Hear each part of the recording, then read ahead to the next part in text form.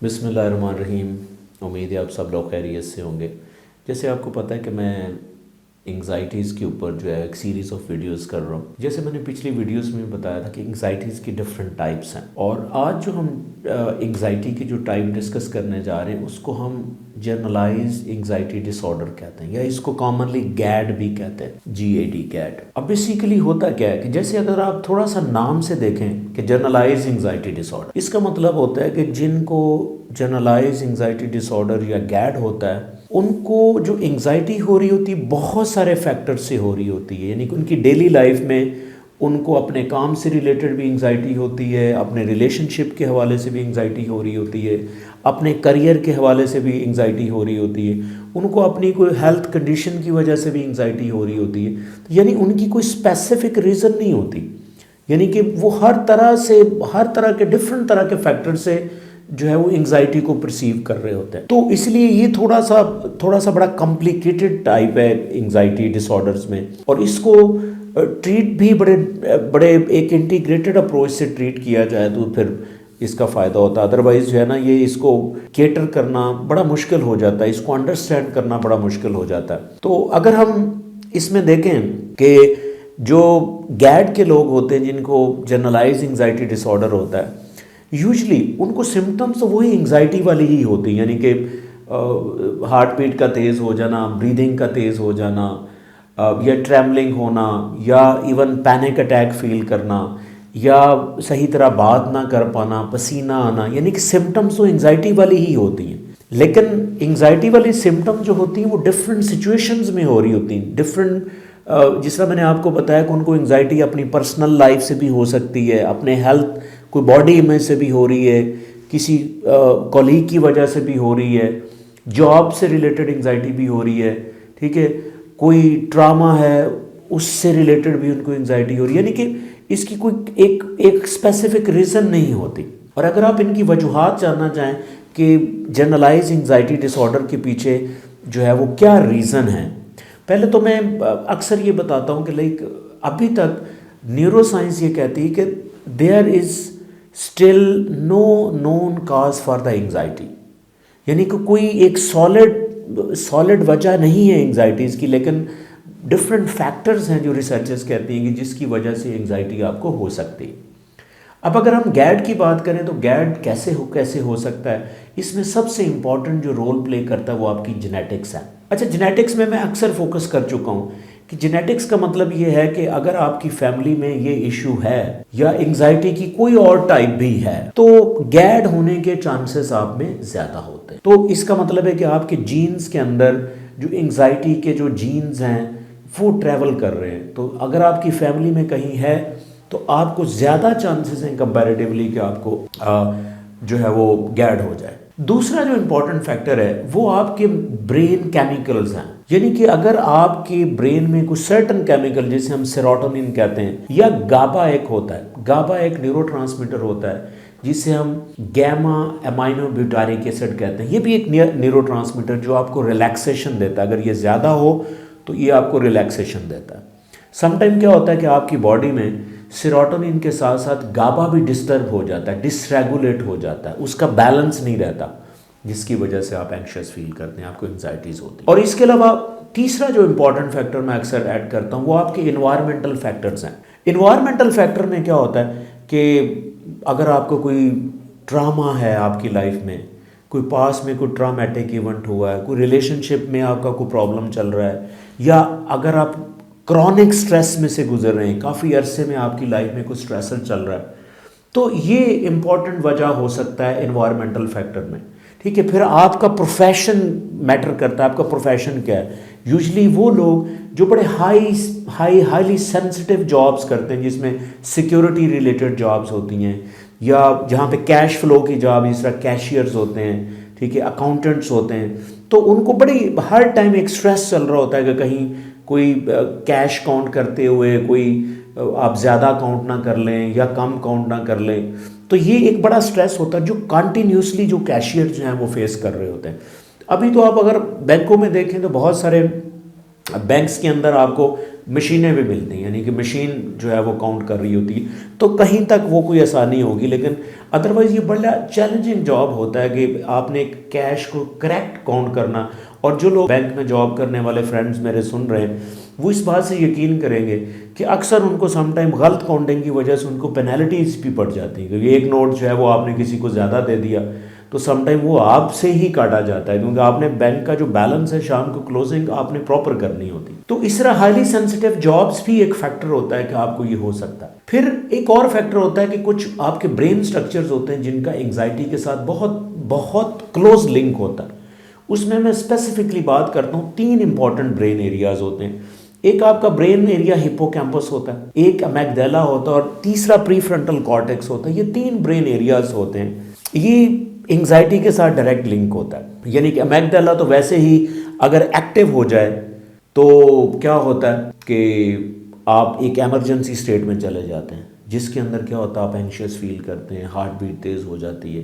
तो ये अमेगडाला तो एक ब्रेन स्ट्रक्चर ऐसा जिसका तल्लक फियर के साथ होता है। तो जब भी आप अमेगडाला को एक्टिव करवाएंगे तो आप फियर फील करते हैं, जिसकी वजह से आप पैनिक भी हो सकते हैं, एंग्जाइटी भी हो सकती है, क्योंकि आपकी बॉडी उसको बचाना चाहती है, फियर से बचाना चाहती है, जिसकी वजह से आप में हार्ट बीट और आप एंशियस होते हैं।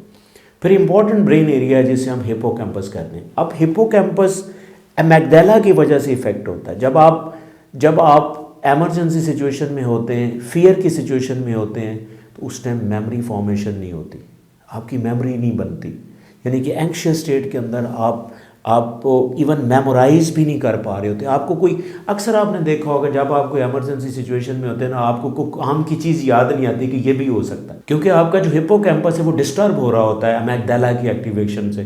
फिर अमेगडाला की एक्टिवेशन से क्या होता है कि आपका प्रीफ्रंटल कॉर्टेक्स जो डिसीजन मेकिंग में रोल प्ले करता है वो भी डिस्टर्ब होता है। तो इसका मतलब है जब आप एंग्जाइटी में होते हैं आपको सही डिसीजन भी नहीं कर पा रहे होते। ठीक है, तो इस तरह ये 4 इंपॉर्टेंट फैक्टर्स होते हैं जिसकी वजह से आपको गैड हो सकता है। अब इसको अगर ट्रीट किया जाए, इसको हम अगर ट्रीट करना चाहें, इसको मैनेज करना चाहें, तो इसके ऊपर मैं 3 इंपॉर्टेंट चीज़ें अक्सर बताता होता हूँ। 3 इंपॉर्टेंट चीज़ें देखें, बहुत से लोग एंग्जाइटीज डिसऑर्डर को, कोई भी टाइप है एंग्जाइटी की डिसऑर्डर की, लोग एक ही अप्रोच से उसको मैनेज कर रहे होते हैं। ज़रूरी नहीं है कि वो एक अप्रोच से ठीक भी हो जाए। इसीलिए यहाँ पे मैं एंग्जाइटी डिसऑर्डर के अंदर ना एक इंटीग्रेटेड अप्रोच हमेशा सजेस्ट करता हूँ। देखिए, जैसे मैं अक्सर आप बताता हूँ कि जितने भी न्यूरोसाइकोलॉजिकल प्रॉब्लम हैं उनके पीछे एक रीज़न नहीं होती, उनके पीछे कई फैक्टर्स होते हैं। इसलिए मैं अक्सर कहता हूँ कि आप इसको अगर मैनेज करना चाहें ना, तो आप भी डिफरेंट फैक्टर से मैनेज करेंगे तो वो प्रॉब्लम मैनेज हो सकता है, सिंगल एक चीज़ से नहीं। अगर आप गैड को मैनेज करना चाहते हैं, जिनको गैड है यानी कि डिफरेंट सिचुएशन में वो फियरफुल होते हैं, ठीक है, एंग्जाइटीज़ एंग्शियस हो जाते हैं डिफरेंट सिचुएशन में, सिर्फ एक सिचुएशन में नहीं, डिफरेंट सिचुएशन में, तो उनके लिए मैं 3 अप्रोचेस सजेस्ट करता हूँ। नंबर 1 अप्रोच है कि इस सिचुएशन में गो फॉर मेडिकेशन। बहुत से लोग ना मेडिकेशन से बड़ा डरते हैं। अच्छा, मैं मेडिसिन क्यों खाऊं? देखें, मेडिकेशन का बनना को मकसद है। ओ जी, मेडिकेशन के साइड इफ़ेक्ट बहुत होते हैं। ओ भाई ठीक है, साइड इफ़ेक्ट हर चीज़ के होते हैं, मेडिसिन के भी होते हैं, इवन खाने भी ऐसे जिनके भी साइड इफ़ेक्ट हो सकते हैं। लेकिन अगर आप मेडिसिन नहीं लेंगे, हो सकता है आपको ज़्यादा प्रॉब्लम जो है वो बियर करना पड़े। तो ये कोई लॉजिक नहीं होता कि मेडिसिन, हाँ मेडिसिन अगर बनती तो आपको लेना चाहिए। देखें, जब गैड होता है ना, तो आपके न्यूरोट्रांसमीटर इम्बैलेंस होते हैं। उसके लिए सबसे जो बड़ा फैक्टर होता है ना, उनको न्यूरोट्रांसमीटर को रेगुलेट करने के लिए, बैलेंस करने के लिए मेडिकेशन ही होती है। स्पेशली अगर हम बात करें ना, सेरोटोनिन जब डिसरेगुलेट होता है तो आप एंग्शियस होते हैं। इसको बेहतर करने के लिए, इसको बैलेंस में लाने के लिए, इसको रेगुलेट करने के लिए certain anti depressants are important. एक सर्टन टाइप के लिए आप उसको यूज़ करते हैं, ठीक है, जिसमें इम्पॉर्टेंट जो ग्रुप यूज़ होता है जिसे हम SSRIs कहते हैं, selective serotonin reuptake inhibitors. Basically इन एंटी डिप्रेसेंट्स का काम ये होता है कि ये सेरोटोनिन की जो रीअपटेक हो रही होती है, रीअपटेक का मतलब ये कि जब सेरोटोनिन अंदर बनता है ना, तो न्यूरॉन्स में से निकल के सेल्स की स्पेस के अंदर जाता, तो तब सेरोटोनिन ने काम करना होता, तब आप हैप्पी फील करते हैं। लेकिन यूजुअली ये होता है कि सेरोटोनिन जो है वो जल्दी से रीअपटेक हो जाता है समटाइम, या वहाँ पे कंज्यूम हो जाता है, जिसकी वजह से आपको कम इफ़ेक्ट आ रहा होता, आप हैप्पी फील नहीं कर रहे होते।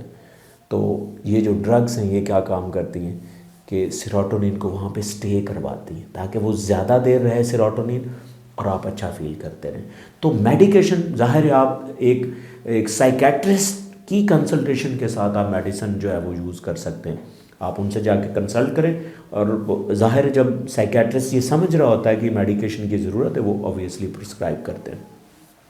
लेकिन दूसरा इंपॉर्टेंट फैक्टर मैं आपको बताऊं, इसके साथ साइकोथेरेपी बहुत इंपॉर्टेंट है। अब साइकोथेरेपी आपको पता है टॉक थेरेपी, जो साइकोलॉजिस्ट, क्लिनिकल साइकोलॉजिस्ट स्पेशली जब गैड के साथ जो है वो करते हैं। देखिए जब आपको गैड हो रहा होता है ना, सम टाइम आप कुछ नेगेटिव थिंकिंग की वजह से आपको वो एंक्शसनेस आ रही होती, वो आपकी नेगेटिव थिंकिंग का एक पैटर्न बन जाता है।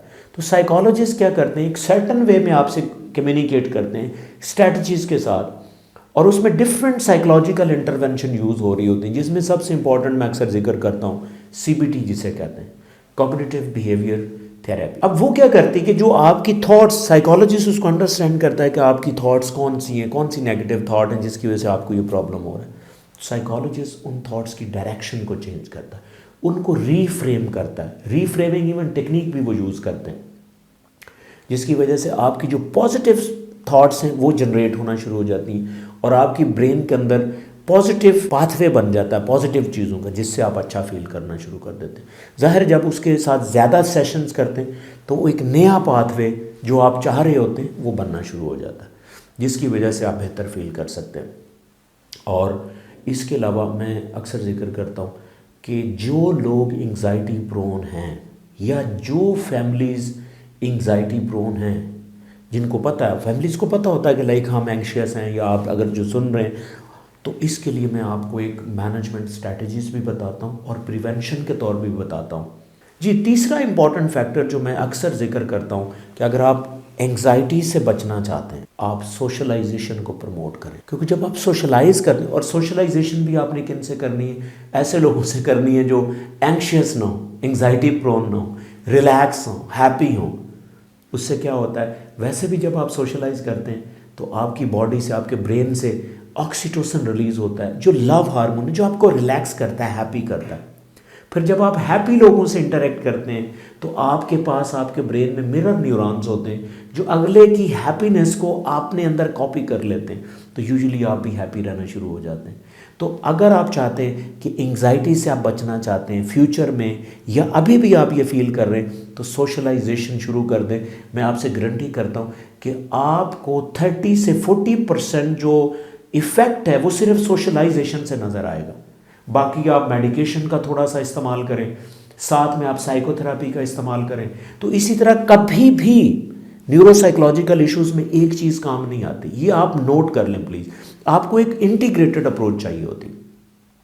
तो आई होप कि अगर आप सोशलाइजेशन, मेडिकेशन और साइकोथेरेपी, ये आपको सही ना साइकोलॉजिस्ट बता सकता है कि आप कौन कौन सी ज़्यादा अप्रोचेज इस्तेमाल कर सकते हैं। इवन मैं समटाइम कहता हूँ कि आपको न्यूट्रिशन भी बहुत बचा सकती है। एक सर्टन न्यूट्रिशन, फॉर एग्जाम्पल जब आप एंग्जाइटी फील करते हैं तो आप एंग्शियस होते हैं, एंग्शियसनेस के लिए या एंग्जाइटी के लिए अगर आप पानी की मिकदार बढ़ा देना तो आपको यहाँ से भी फ़र्क आना शुरू हो जाता है। या विटामिन सी का इस्तेमाल करें, वो लोग जो एंग्जाइटी प्रोन है, आप विटामिन सी का इस्तेमाल करें, आपको बहुत फ़ायदा होगा। इसी तरह न्यूट्रिशन है, सोशलाइजेशन है, साइकोथेरेपी है, मेडिकेशन है। तो आप अगर इंटीग्रेटेड अप्रोच के साथ इसको टाइमली मैनेज कर लेंगे तो आप गैड से आप बच सकते हैं। ये कंडीशन मैनेजेबल है, ये ठीक हो जाता है, परेशानी की कोई ज़रूरत नहीं। लेकिन इसको अगर आप टाइमली केटर करेंगे तो, हाँ, अगर आप इसको डिले करेंगे और इसको इनअप्रोप्रिएट तरीके से हैंडल करेंगे तो ये चीज़ सिचुएशन बढ़ भी सकती। तो जितनी ये चीज़ क्रॉनिक होती, लंबी होती, उतना इसको केटर करना मुश्किल हो जाता है। आई होप कि आपको वीडियो पसंद आई हो। अगर पसंद आई तो प्लीज़ इसको लाइक, शेयर और कमेंट करें। Thank you so much.